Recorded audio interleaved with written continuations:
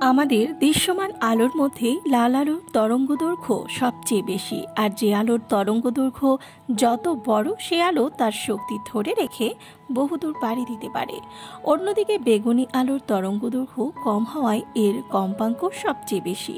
বেশি কম্পাঙ্কের আলো ঘন ঘন স্পন্দনের ফলে এর সময় শক্তি হারিয়ে ফেলে। ঠিক যেখানে এই সম্পূর্ণ শক্তি হারায় সেখান থেকে ওই আলো আর দেখা যায় না।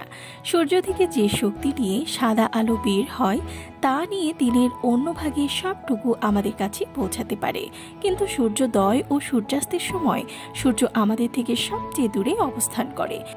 এ সময় সূর্যালোকে পৃথিবীতে পৌঁছাতে সবচেয়ে বেশি পথ পাড়ি দিতে হয়। লাল আলোর তরঙ্গদৈর্ঘ্য সবচেয়ে বেশি হওয়ায় এই পথটুকু পাড়ি দিয়ে আমাদের কাছে পৌঁছাতে পারে, কিন্তু অন্যান্য আলোক রশ্মিগুলো মাঝপথে তাদের শক্তি হারিয়ে ফেলে ধ্বংস হয়ে যায়, তাই তারা আমাদের কাছ পর্যন্ত পৌঁছাতে পারে না। সুতরাং শুধু লাল আলোই আমাদের দেখতে হয়। এ কারণে সূর্যোদয় আর সূর্যাস্তের সময় সূর্যকে লাল রঙের দেখায়। ভিডিওটি ভালো লাগলে চ্যানেলটিকে সাবস্ক্রাইব করুন আর পাশে থাকা বেল আইকনে ক্লিক করে দিন, তাহলে পরবর্তী ভিডিও আপলোড করার সাথে সাথেই আপনার কাছে পৌঁছে যাবে।